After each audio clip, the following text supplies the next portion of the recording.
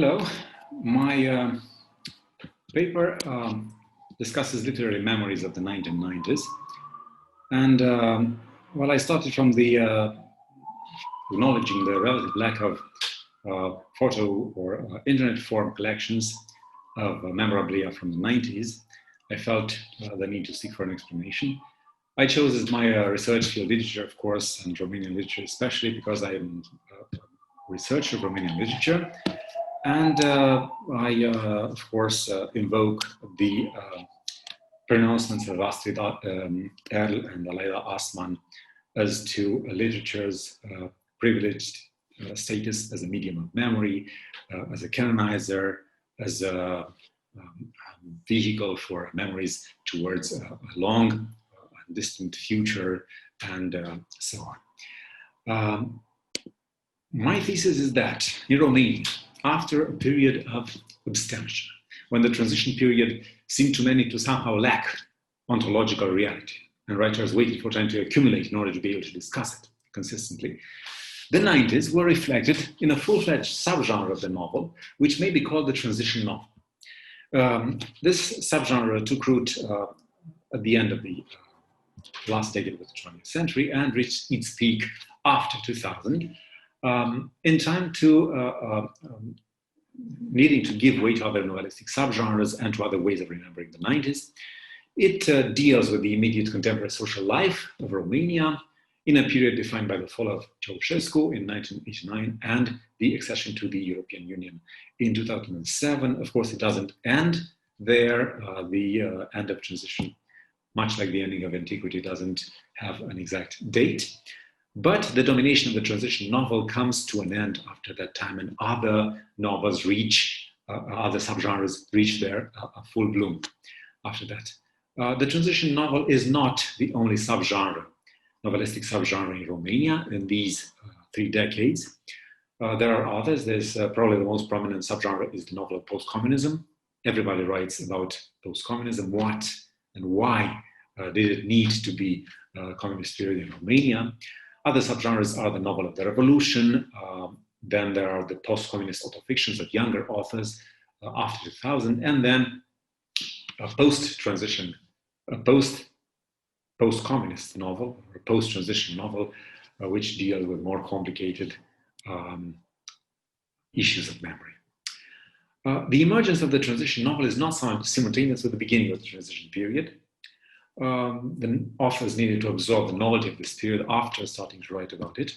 The first notable transition novel is probably very early. It appears in 1995.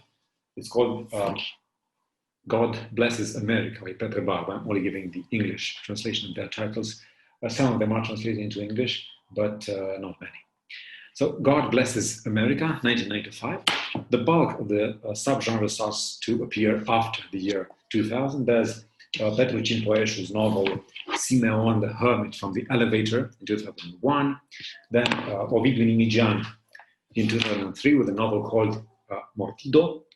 Then in 2004, Dan Lungu with, well, there's Chicken Heaven in 2004. And then in 2007, I'm an Old Communist Hag. And of course, there are other novels by Bogdan Suceava coming from an off-key time in 2004, and others and others. There are many such novels, but I'm only referring to the hardcore, let's say. Most of these authors belong to a cohort that made their literary debut after 1990, either because they were delayed by censorship or because they had just come of age. In any instance, they tend to situate themselves on anti-communist positions, though they formulate their stance rather ironically and not vengefully. They tend to discuss the social problems of the 90s often in terms of a troubled national psyche, a lack in national character, but they distance themselves vividly from the earlier tradition of nationalist triumphalism. The novel of transition described new social realities, political life, dire poverty, comic maladroitness of in adopting the rituals of Western societies, an explosion in homelessness, overt homosexuality and sexuality, and mostly the strange idea that everything now happens in the public eye, which never happened in communism. There are new social roles, such as the corrupt demagogue, the fringe religious group leader, the European community activist, the go-between for funding from the West, or the new capitalist, the small owner of a shop or boutique. There are new gadgets, new voices in the media, and of course there's persistence from old forms of conformity to a communist social order that doesn't exist anymore. This is why some of the transition novel has a comic side. The social connection between the inhabitants of block of apartments in Cimpoeșu or the same peripheral street in Lungu is shattered by old suspicions and new social distances. Sometimes a miracle needs to be performed in order for the old community bond to be revived. And this is why there are hints at miracles in some, or to religious life in some of these titles. Yeah, the Chicken's Heaven, the Chicken's Paradise in Dan and Simeon the Hermit from the Elevator in Petru Cimpoeșu. Then there's in Nimigian, his fake policier from 2003, Mortido. There's an unnamed narrator that goes about town killing old Securitate informants and heroes of the anti-communist resistance, intellectuals and taxi drivers and even infants in their nurseries for injuries that may or may not exist. There's an abundance of rage directed at all and nobody in particular. Families are destroyed in Petru Barbu. There's fascination for, of course, the fantasized America in God Blesses America in the present. A Securitate officer who comes back to his job transformed into a cat by hostile forces. And this cat manages still to give reports of the movement of religious sects in Bucharest. This is Bogdan Suceava coming from an off-key time. Or most eloquently in Petru Barbu's 2007 novel Glazare, which is Depression. A former commercial complex from the communist times starts moving west from southern Romania and is used as a museum of tragedy, despair, and death, a publicity stunt for Romanian communism, which reaches the shores of Spain. There are two labels that have been used to describe this novel stylistically. One is miserabilism, the other is magical realism. The first, miserabilism, refers to these novels' relative lack of prudery, their plastic description of sexuality, and sometimes their verbal truculence. Older critics accuse them of pornography, but in fact they're not pornographic novels, of course. They are informed, imbibed with I think, the rage of the times. On the one hand, there's the liberation from constrictions of censorship, which was, of course, very crude in communist times. Then, on the other hand, there's the sincere adherence, sympathetically, to the poverty and destitution of many people in this new era, to its apparent lack of hope. On the other hand, magical realism reflects these authors' tendency to let realism spill into the fantastic and not truly depart from realism. Magical realism also allows for literary play. These are very intellectual authors, highly cultured literature aficionados.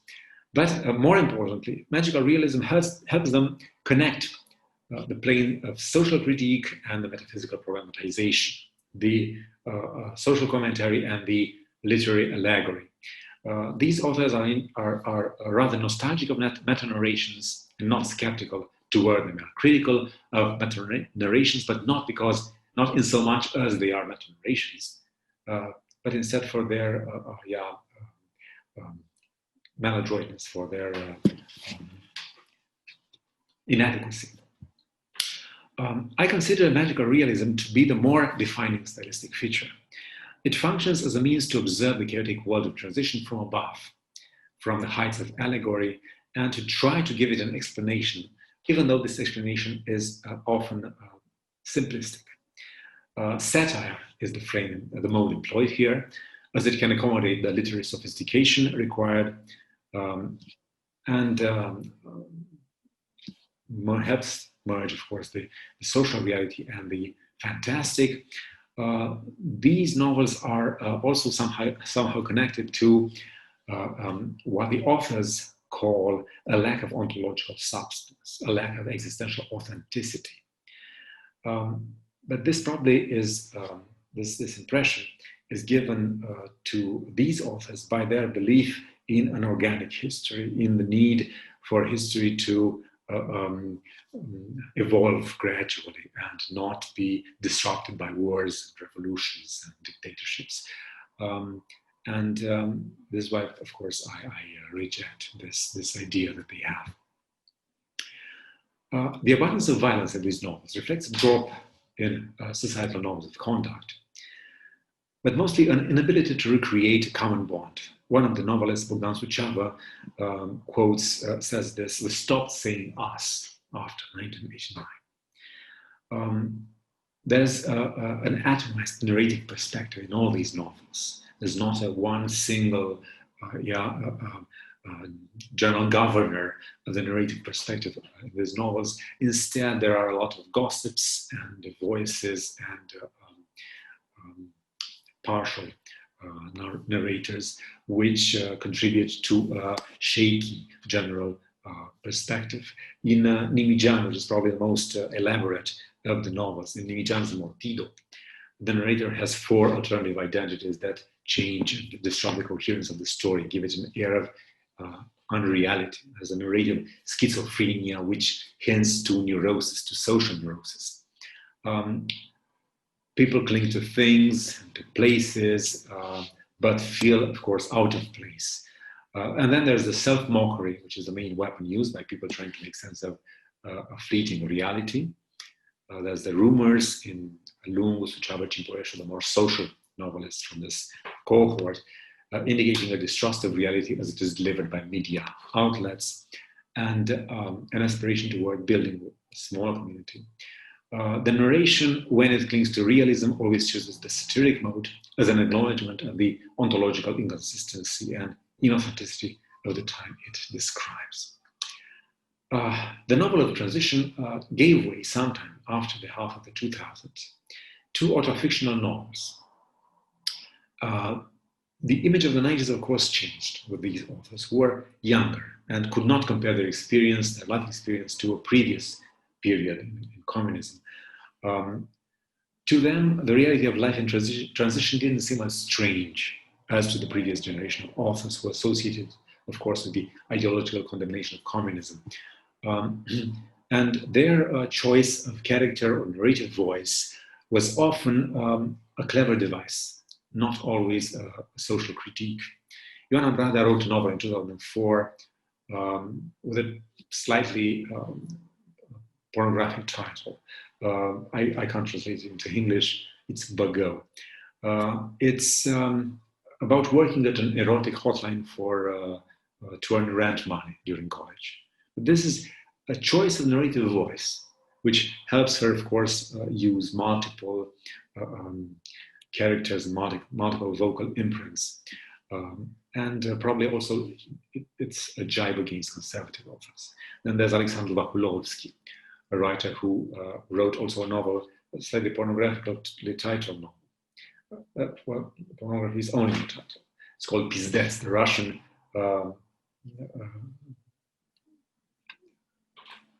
listeners will probably understand. But this is a novel not about the problems of transition period in Romania. It's about the promise that Romania presented at the time for Moldavia students from the Republic of Moldavia. Romania seemed to be the prosperous West, and of course it failed to live up to that promise. Last year, a young author, Diana Bodica, wrote a novel, Parents, about her troubled childhood, the beginning of the 90s, living with sickness and death in the family. And this is how the 90s take on a more concrete and practical aspect, which makes the old frames of allegory and satire seem redundant. And this is the phenomenon, I think, that is happening in Romanian literature at the time. The old image of the 90s, molded by ideologues and literary